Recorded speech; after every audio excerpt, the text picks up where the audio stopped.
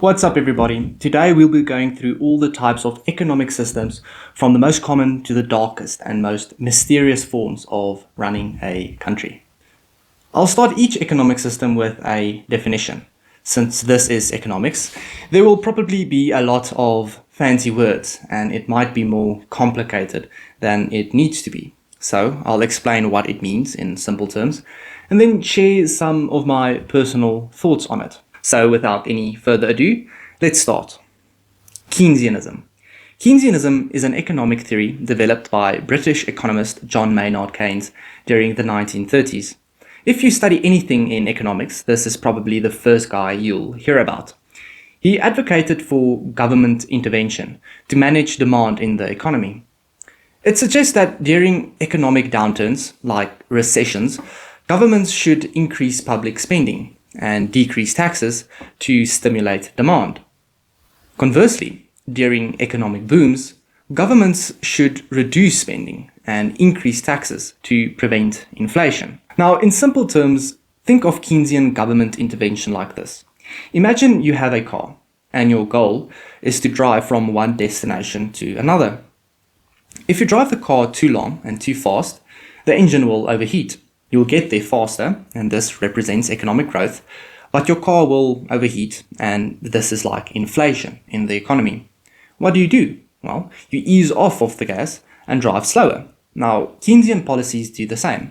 They regulate how fast the economy drives by adjusting how much money is in circulation, ensuring everything runs smoothly. If the car is going too slow, you press harder on the pedal, and if it's going too fast, you ease off.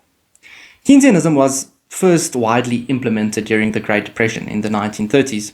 It was used in various countries, especially after World War II, to help rebuild their economies. The new Neoclassical Synthesis. The new Neoclassical Synthesis is an approach in macroeconomics that integrates elements of both New Keynesian economics and Neoclassical economics. Neoclassical economics, they emphasize free markets and is skeptical of government intervention. So they are basically the opposite of Keynesianism. But in any case, it combines the Keynesian focus on market imperfections and the role of government intervention with the neoclassical focus on individual rationality, market efficiency, and long-term growth. Now, the simple explanation of what new neoclassical synthesis is, it's like a blend of the two major economic ideas. One that says markets sometimes fail and need government help. This is Keynesianism. And another that believes in the power of individuals making smart choices in a free market with little to no government intervention. This is the neoclassical view. This mix is used to understand how economies work, especially when creating policies to keep things like inflation and unemployment in check.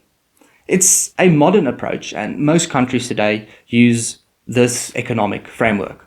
Okay, the second one is aggregate supply and demand. Aggregate supply and demand is a macroeconomic model that shows the total supply and total demand of goods and services in an economy at different price levels. Now, the aggregate supply and demand model provides a big picture view of the economy. It shows how much is available to buy. Okay, supply, think of it as factories making products and how much they can produce and how much people want to buy. Now, demand is how much they need or want those products at various prices. Okay, we've got CPI. The textbook definition is CPIU, Consumer Price Index for all urban consumers. It measures the average change over time in the prices paid by urban consumers for a market basket of consumer goods and services. It's a key indicator used to track inflation and the cost of living. So, how they always explained it when I was in high school, imagine you have a grocery basket with all of the essentials like bread and energy drinks.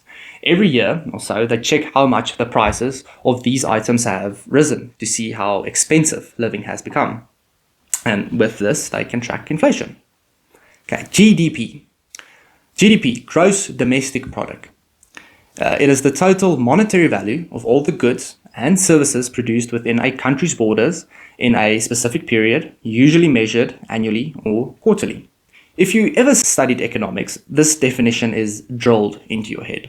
Now, GDP is like a report card for a country's economy. It adds up the value of everything in the country that the country produces, like cars, foods, and services, to see how well the economy is doing. If GDP is growing, the economy is getting bigger. If it's shrinking, the economy might be in trouble. It was once the most important measure of a country's economy, but in recent years, we've started to view GDP a bit differently. You will see what I mean with this later on in the video with other economic systems. Okay. Econometrics. Econometrics is a field of economics that uses statistical methods and mathematical models to analyze economic data and test hypotheses. It combines economic theory with data to estimate relationships, forecast future trends, and evaluate the impact of policies. Now, econometrics is like using math and statistics to figure out how the economy works. I remembered when I studied econometrics, there was this one study of how statistics can be manipulated to peddle a narrative, and the article headline was, "Chocolate can make you lose weight." They only took a handful of participants and gave them various foods to eat. Most of them gained weight, but there were one or two who lost weight during the test, and this said they justify the claim that chocolate can make you lose weight. So statistics can be manipulated. So be careful and remember, correlation does not always equal causation. Capitalism, my favorite system. No, I'm joking. Cap means lie. It's a fake system. In any case, capitalism is an economic system where private individuals or businesses own and control the means of production and distribute goods and services. In a capitalist economy, decisions about production, investment, and distribution are driven by profits and market competition, with minimal government intervention. So the simple definition of capitalism is like a game where businesses and people compete to make and sell things for a profit. Instead of the government controlling everything, individuals and companies own businesses and decide what to produce and sell based on what they think will make the most money. The competition between businesses helps keep prices down and improves products and services.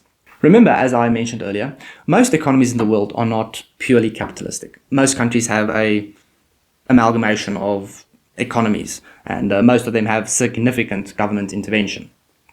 Number 8, the Phillips Curve. The Phillips Curve is an economic concept that illustrates the inverse relationship between the rate of inflation and the unemployment rate. It suggests that as unemployment decreases, inflation tends to increase, and vice versa. The curve is used to analyze and predict the trade-offs between inflation and unemployment in an economy. The simple explanation of the Phillips curve is it's like a seesaw between inflation and unemployment. When unemployment is low, prices tend to go up, so inflation rises. Because more people have jobs and are spending money, remember the car analogy with the car driving faster. When unemployment is high, prices tend to stay lower because fewer people are spending money. They are poorer. It helps economists understand the balance between these two important economic factors. So when inflation is high, the economy is doing well with more jobs.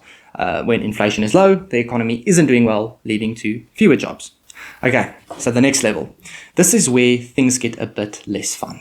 And we are starting with the ISLM model, which I hated, so I see why this is the next level. ISLM model.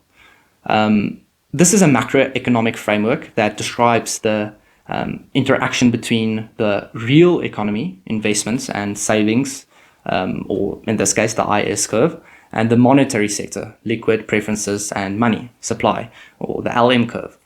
This IS curve represents equilibrium in the goods market where total spending equals total output, while the LM curve represents equilibrium in the money market where money supply equals money demand. The model is used to analyze the effects of physical and monetary policy on interest rates and output. Okay, that's a heck of a definition, but the simpler explanation of the ISL model, it helps us to understand how the economy works by looking at two things. How much stuff people are buying, the IS curve, and how much money people want to hold, the LM curve. The IS curve shows how changes in spending affect production, while the LM curve shows how changes in money supply affects interest rates. Where these two curves meet tell us how changes in government policies or money supply will impact the economy. Yo, that's a mouthful.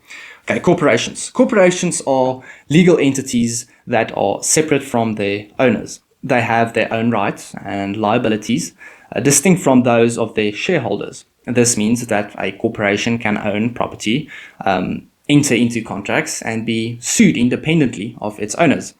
I don't think I have to explain what a corporation is. I think everybody knows what a corporation is. Next one, green growth. Green growth is an economic strategy that aims to achieve sustainable economic development while minimizing environmental impact. It focuses on promoting economic growth that is environmentally friendly, resources efficient, and aimed at reducing greenhouse gas emissions and other pollutants. Now, obviously, the simple explanation is that green growth is like finding a way to make the economy grow without harming the environment. It's about creating our jobs and wealth and also taking care of nature. The goal is to have a thriving economy and a healthy planet at the same time. Okay, let's just get one thing straight or out of the way before we go any further, because we're going to encounter these environmental topics a lot in the coming video. The idea that excess carbon dioxide heats up the planet is a bad thing. It's quite an odd idea, because in the 1900s, people thought it would increase the greenery of the earth because plants use CO2 to grow. And a warmer climate, like that of in the equator, has more plant growth. But don't comment yet. I can already hear the comment section. Obviously, there are some truth and some lies to this, but I'm not really sure where to poke yet. And the fact that the Earth has gotten greener since the 2000s confuses me even more. But the problem I have with this is that poorer countries create most of the CO2. So what are we going to do? We can't just keep them in the slums and let them die of hunger. Obviously, the fastest way to decrease CO2 is to make poorer countries richer, and this in turn will let them use cleaner energy, whatever that means, and become more energy efficient. In my green economics class, we had to do a whole segment on which countries cause CO2 emissions. In university, they said that the bulk of the CO2 comes from rich first world countries. This is simply not true, and to this day, I can't figure out why they would lie, because it's common knowledge that poorer countries have less efficient waste disposal systems, less efficient and cleaner energy. They don't use nuclear power or whatever. So yeah, it's just one Google away, so I don't really understand it. Okay, the next one, the Big Mac Index. The Big Mac Index is a measure of purchasing power parity between different currencies. It compares the price of a Big Mac hamburger at various locations around the world to determine whether currencies are overvalued or undervalued relative to each other. It's developed by The Economist magazine. It uses cost of a Big Mac as a benchmark for comparing the cost of living and valuing currencies. It's not that difficult. It's basically just a more simpler CPI or consumer price index. Fractional reserve banking. Fractional reserve banking is a banking system in which banks are required to keep only a fraction of their depositors' money in reserve, while the rest is loaned out to be invested. This system allows banks to create money by issuing more loans than the actual cash they have on hand, which increases the money supply in the economy. Now, the simple example or explanation of this is that fractional reserve banking is like a bank holding onto just a small part of your money when you go and deposit it. And while it's lending out the rest of that money. Now, in this way, the bank can help more people borrow money, which helps the economy grow. However, it also means that the bank doesn't have all the money available at once if everyone wants to withdraw at the same time. The majority of the banks in the world work on this system. The Efficient Market Hypothesis, EMH. Now, this hypothesis is a financial theory suggesting that asset prices fully reflect all available information at any given time. According to the EMH, it is impossible to consistently achieve returns that exceed the average market returns through stock pricing or market timing, because prices already incorporate and reflect all known information. Now, the efficient market hypothesis is like saying that all the info or information you could ever need to make a smart investment decision is already included in the stock price. Because of this, it is hard to beat the market consistently by picking stocks or trying to time trades correctly, since prices already reflect everything that is known. This is probably why like 90% of day traders make a loss. Okay, the social market economy. A social market economy is an economic system that blends free market capitalism with social policies aimed at ensuring fair competition and social welfare. It combines the efficiency of market mechanisms with measures to reduce inequality and provide a safety net for less advantaged people. It focuses both on economic freedom and social justice. Now, a social market economy is like having a free market with rules to make sure it's fair and it benefits everybody. It allows businesses to compete, but also provides a welfare state. A central planned economy, or central planning. It is an economic system where the government or central authority makes decisions about the production, distribution, and allocation of resources and goods. In this system, the central authority determines what should be produced, how much should be produced, and how resources should be allocated. It aims to manage the economy without relying on market mechanisms. A lot of the time, this type of economy is linked to fascism and communism because of its authoritarian nature. So just a heads up, I'm going to dive into some more heated topics. These topics are broad and have many subcategories, so I'll generalize a bit. Don't get your knickers in a twist. I'll make some more detailed videos on these topics later. These are just the textbook definitions of these economic systems. They aren't completely accurate, but they give a general idea of the economic system. The key thing to remember is that socialism is a broad term covering many economic systems, and the system communism is a later stage of development. This means that capitalism may eventually evolve into communism. Okay, so socialism is an economic system where the means of productions are owned and controlled by the state or public, aiming for equal distribution of wealth. This means that the factories producing goods are owned by the state. Now, communism is an ideology advocating for a classless society where all property is communally owned and each person works and is paid according to their abilities and needs. In this system, the property and land are all owned by the people, but the state is usually in charge of managing it. Okay, now that's out of the way. Syndicalism.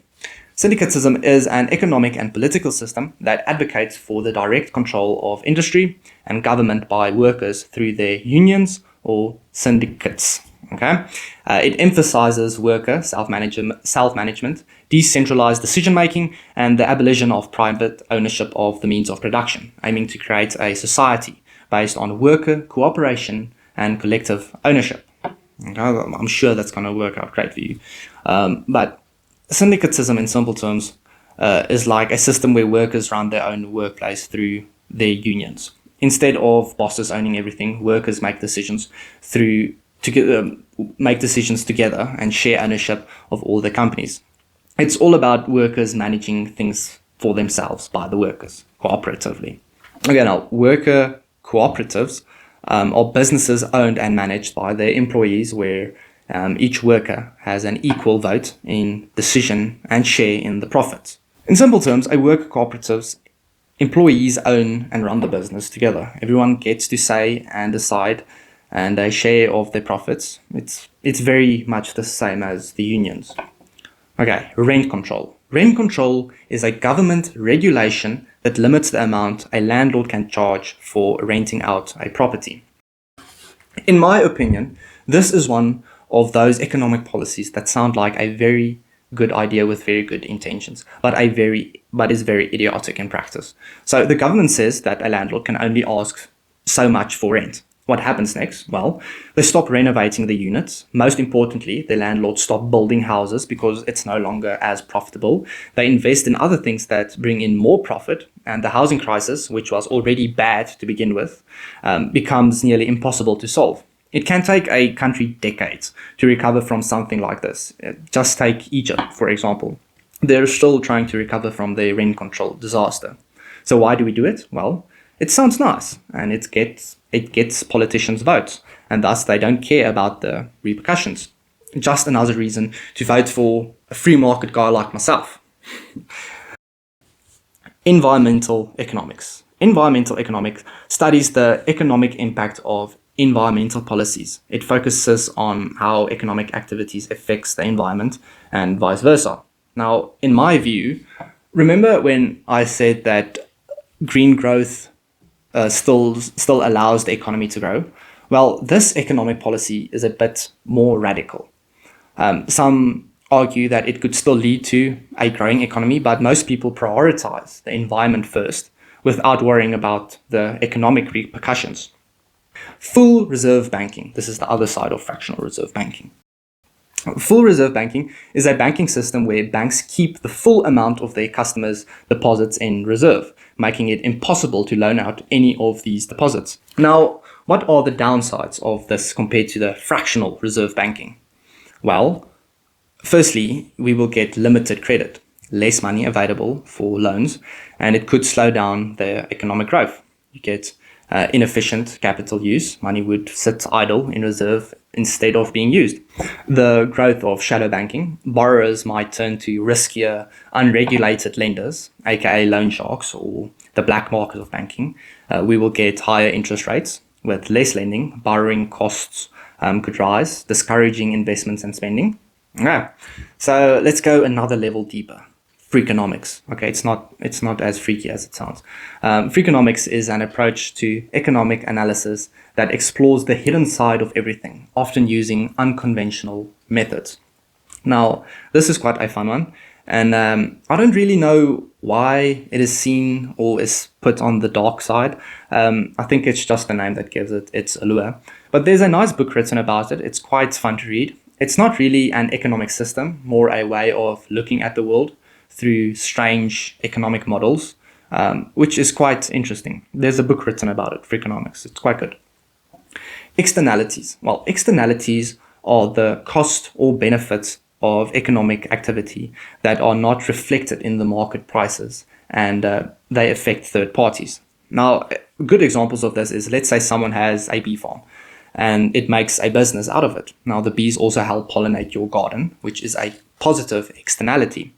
Okay, now imagine that someone has a factory. Well, they make profit and contribute to the economy. They also pollute the environment. Now, this is seen as a negative externality. Austrian Economics. Now, Austrian Economics is a school of economic thought that emphasizes individual action, free markets, and the limitation of government intervention.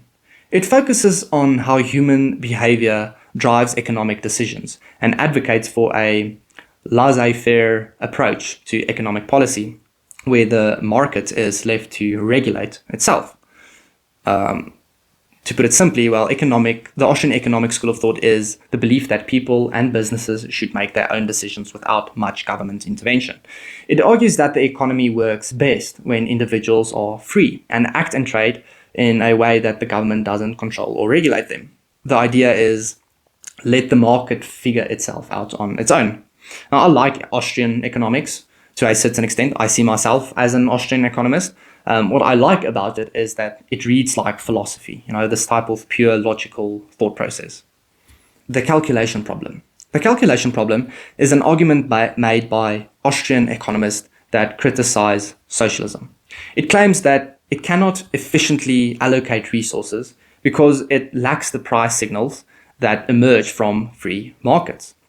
Now, without these price signals, it's difficult to determine the value of goods and services, and then leading to misallocation and inefficiencies. Okay, so to put it simply, the calculation problem is like trying to run an economy without prices to guide the decisions. In a market, prices help us to understand what's valuable and where resources should go. Now, Austrian economists argue that in socialism, where the government controls everything, there are no prices to help make these decisions. So it's hard to know how much of something to produce or where to send it.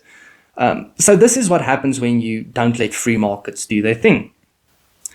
The Piketty RG. Okay, the Piketty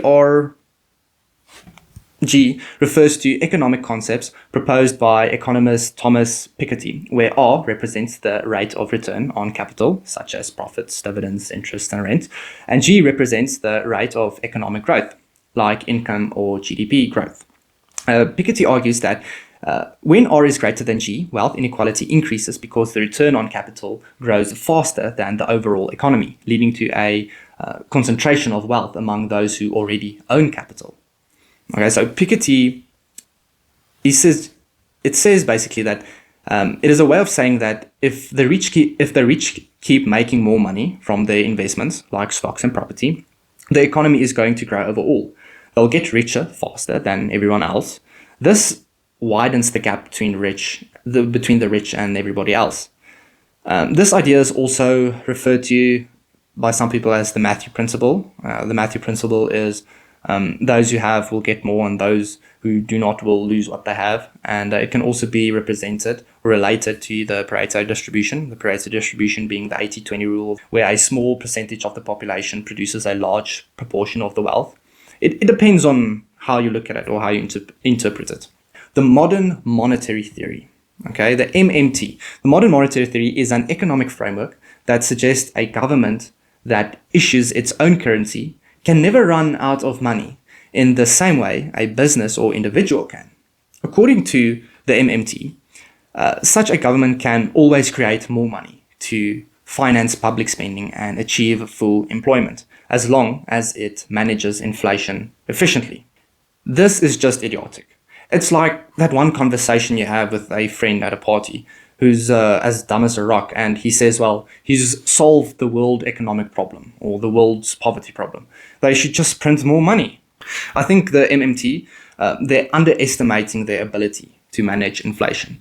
Okay, just ask Zimbabwe. Or remember how the Roman Empire fell with this system of just printing more money.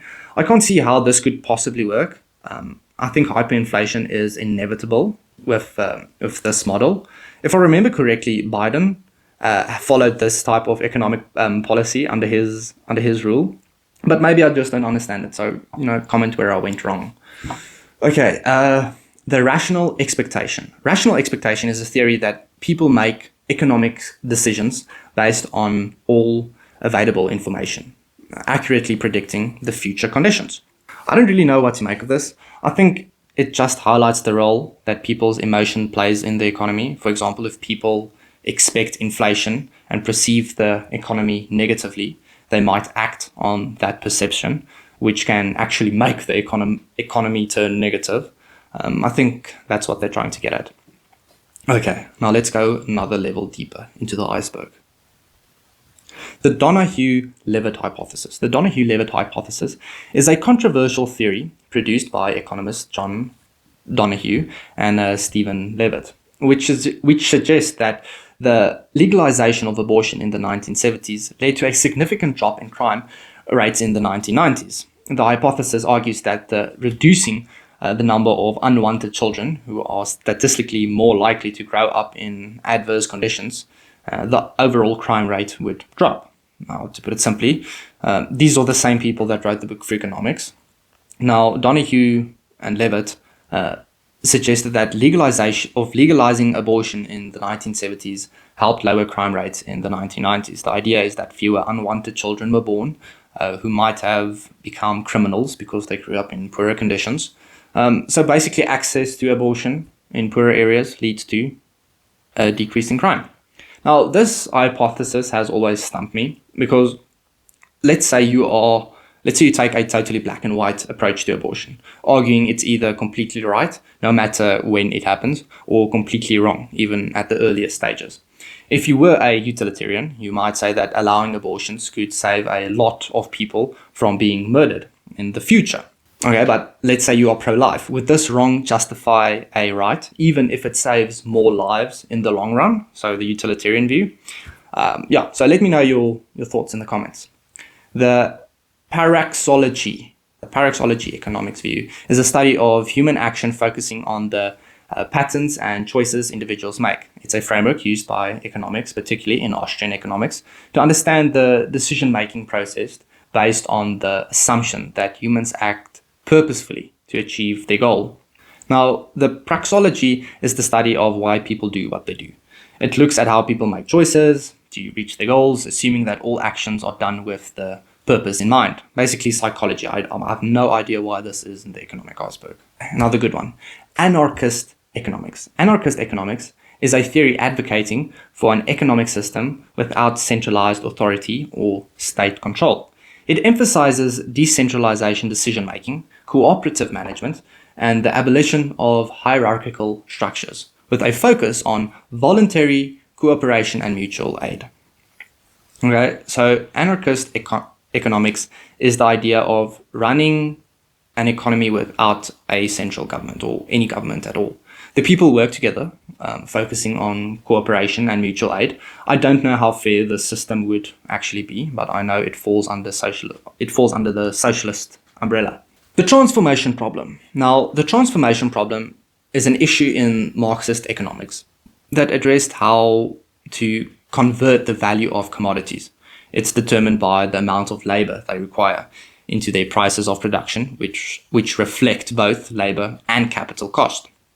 Okay, to put it simply, it means that it's about figuring out how to turn the value of goods based on how much work went into making them, into their actual selling price.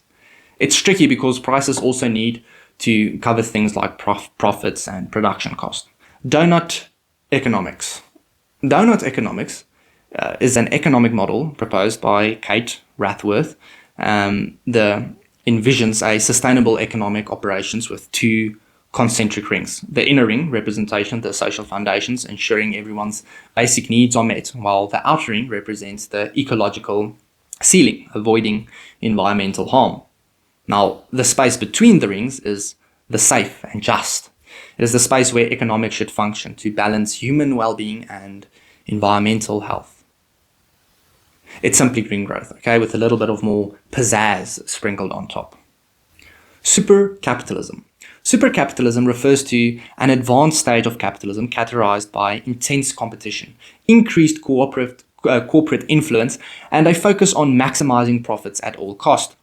This phase often leads to a significant economic growth, innovation, and consumer choice, but it can also result in greater income inequality, reduced job security, and the erosion of democratic processes due to corporate power.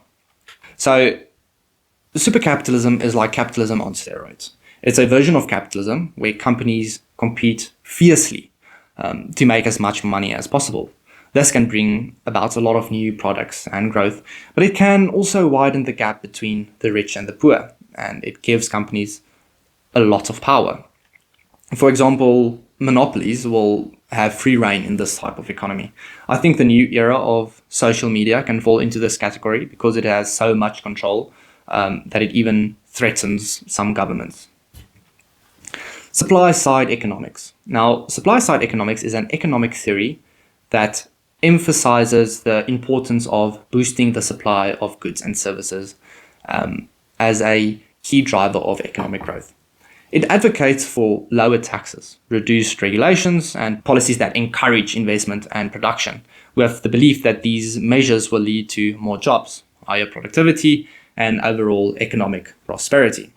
Supply-side economics is the idea that the economy grows best when businesses are helped to produce more. This means cutting taxes and reducing rules so companies can invest, create jobs, and make more goods. The belief is that if a business is to do well, the whole economy will improve. It's very materialistic in my view, but anyhow. So now we're going another level deeper to a more radical, controversial ideas. Degrowth economics. Degrowth economics is an economic philosophy that advocates for the intentional reduction of economic growth to achieve sustainability, improve well-being, and reduce environmental impact. It challenges the traditional focus on GDP growth, arguing that continuous economic expansion is unsustainable and harmful to the planet and society. So, degrowth is the idea that instead of always trying to grow the economy, we should focus on making life better by using less, wasting less, and protecting the environment. It suggests that sometimes less is more when it comes to the economy, especially if it helps the planet and people's well-being. Now, remember earlier in the video when I said that GDP used to be everything for a country's economy? Well, here they say that GDP can grow, but people might not necessarily be better off. They suggest looking at other indicators, like the happiness index. But if you think about it for longer than 2 seconds, you'll realize that the happiness is so subjective, it's laughable to use it as an economic metric. The Lange-Lerner market socialism. Lange-Lerner market socialism is an economic model proposed by economists Oscar Lange and Abba Lerner, which combines elements of socialism and market economics. In this model, the state owns the means of production, but prices and resources are allocated through market mechanisms. So the government sets prices based on supply and demand, aiming to achieve economic efficiency while maintaining social ownership. The Lange-Lerner market socialism is like a mix of socialism and capitalism. The government owns factories and businesses, but instead of controlling everything directly, it lets supply and demand set its prices. It's similar to how a free market would work. Now, in this way, the economy can be efficient while still being publicly owned. It sounds a lot like a Bernie Sanders economy. The steady state economics. Now, steady state economics is an economic framework that advocates for maintaining a stable and mildly fluctuating level of economic activity, aiming for long-term sustainability. It focuses on balancing production and consumption with the Earth's ecological limits, emphasizing importance of state population and resource use rather than continuous economic growth. Now, the steady state economic idea is that instead of always trying to grow the economy, we should aim to just keep it steady. This means using resources carefully, avoiding waste, and making sure that the economy doesn't grow too big for the planet to handle. Many of these models purposefully focus primarily on the planet, with people as a secondary concern. Inverted yield curve. Now, the inverted yield curve is a financial phenomenon where short-term interest rates become higher than long-term interest rates, which is the opposite of the normal yield curve. This inversion often signals investor concerns about the future economy and is widely regarded as a predictor of economic recession. Simply put, an inverted yield curve happens when it costs more to borrow money for a short time than for a long time, which is unusual. It's like a warning sign that investors are worried about the economy, and it often suggests a recession is about to come or about to happen. Georgism. Georgism is an economic philosophy produced by Henry George that advocates for public ownership or taxation of land and natural resources as opposed to taxing labor or capital. George argued that land as a natural resource should belong to everyone and that the value generated by land should be taxed heavily, while other forms of taxation, like income tax, should be minimized or eliminated completely. Georgism is the idea that instead of taxing people's work or businesses, we should tax the value of land because land is something everyone should benefit from. This way, the money from the land taxes can be used for public goods and people wouldn't have to pay as much in other taxes. Now, a fun fact that I always think about when talking about Georgism is that Henry George didn't invent the game Monopoly, but his ideas heavily influenced its creation. The original version of Monopoly was called the Landlord's Game, and it was invented by Elizabeth Maggie in 1904. She was a follower of Henry George. Now, Maggie designed the game to illustrate the negative aspects of concentrating land ownership in private monopolies, a concept central to Georgism. The game was meant to demonstrate how land monopolies enrich property owners at the same expense of tenants, and to promote George's idea of a single tax on land value to reduce inequality. Now, over time, the landlord's game evolved into Monopoly, the game we know today. But its original purpose was very much aligned with Henry George's economic philosophy. Ecological Economics. Ecological Economics integrates ecological and economic principles, focusing on sustainable and interdependence of human economics and the natural ecosystem. It's basically another version of green growth economics, nothing groundbreaking. A Minsky Moment. A Minsky Moment refers to a sudden and severe market collapse that follows a prolonged period of financial stability and speculative excesses. It's named after the economist Hyman Minsky. The concept highlights the point at which excessive risk-taking in financial markets leads to a crisis, often resulting in widespread panic and a sharp decline in asset prices. It is when things have been going so well for so long that people start taking bigger and bigger risks with their money.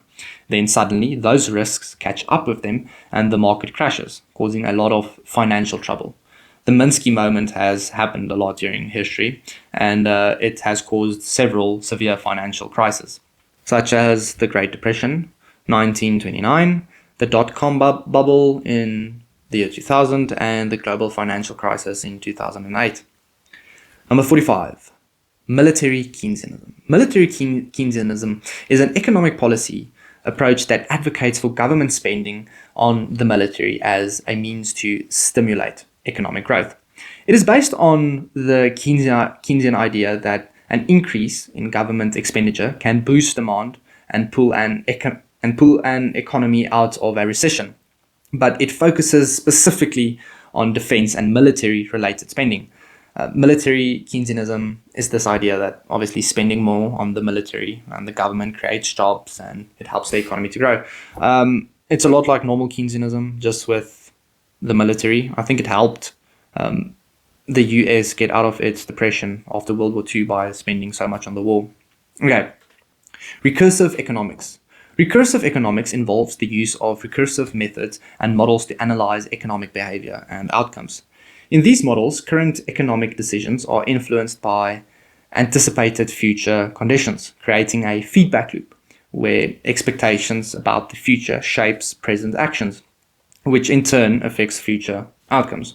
Recursive economics is like a loop where what people expect to happen in the future affects choices that they are making today. Okay? Those choices that help them shape what actually happens in the future, creating a continuous cycle of influence between today and tomorrow. Now, this is very much the same as expected inflation. Again, something to do with psychology. Japification sounds a lot like a slur. Japification refers to the economic condition where a country experiences prolonged periods of low economic growth, deflation, and a near zero interest rates, similar to what Japan has faced since the 1990s. This term is often used to describe the risk of other economies, particularly advanced ones, falling into a similar stagnation trap. Now, Japification happens when an economy gets stuck for a long period of slow growth and falling prices. So deflation, lower prices isn't always good. We must remember that. And it's a situation where the economy struggles to recover despite having very low interest rates. Antinatalist Economics. Antinatalist Economics explores the economic implications of antinatalism to procreate, the philosophical position that discourages procreation. Antinatalism believes that it is morally wrong to bring life into existence. I've been working on a video about this, and it's quite interesting, to be honest with you. It's more a philosophy than an economic system. I presume it's an economic system orientated towards the slow extinction of the human race. Very dark stuff if you like life. Okay, Malthusianism. Malthusianism is the theory that population growth will outpace agricultural production, leading to widespread scarcity and famine. Now, Malthus, whoever that guy is, they basically said that human population growth is exponential and food production is linear, meaning overpopulation would lead to famine. There's an interesting book called The Human Zoo by Desmond Morris that looks into the effects of overpopulation on a civilization. It's fascinating and I would highly recommend. But Malthusianism was a concern in the 1900s, but it isn't much of a concern now because we actually have a decrease in population and an excess of food. So I guess they were wrong. Thermoeconomics. Thermoeconomics is an interdisciplinary field that applies the principle of thermodynamics to economic systems. It explores how energy, particularly the flow and transformation of energy, influences economic processes and resource allocation. The goal is to understand the energetic basis of economic activities and the efficiency of resources used in the economy. To put it simply, thermoeconomics looks at how energy affects the economy. It's like studying how the flow of energy, like electricity or fuel, shapes how we produce and use resources.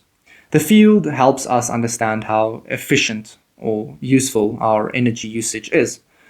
It's basically green growth. Okay? Green growth. Everything is green growth. Complexity economics. Now, complexity economics studies economic systems as complex, adaptive networks with interactive interconnections and non-linear dynamics. It focuses on how patterns emerge from these interactions and how economics evolves, highlighting the unpredictability and interconnectedness. Yo, that's a mouthful. It's basically understanding that the economy is a big, complicated network where lots of different parts interact in unexpected ways. Instead of looking at the economy as a simple machine, it views it as a system with many interconnected pieces that can lead to surprising outcomes. Now, I personally see the economy as this big, abstract, moving entity, but that's just me.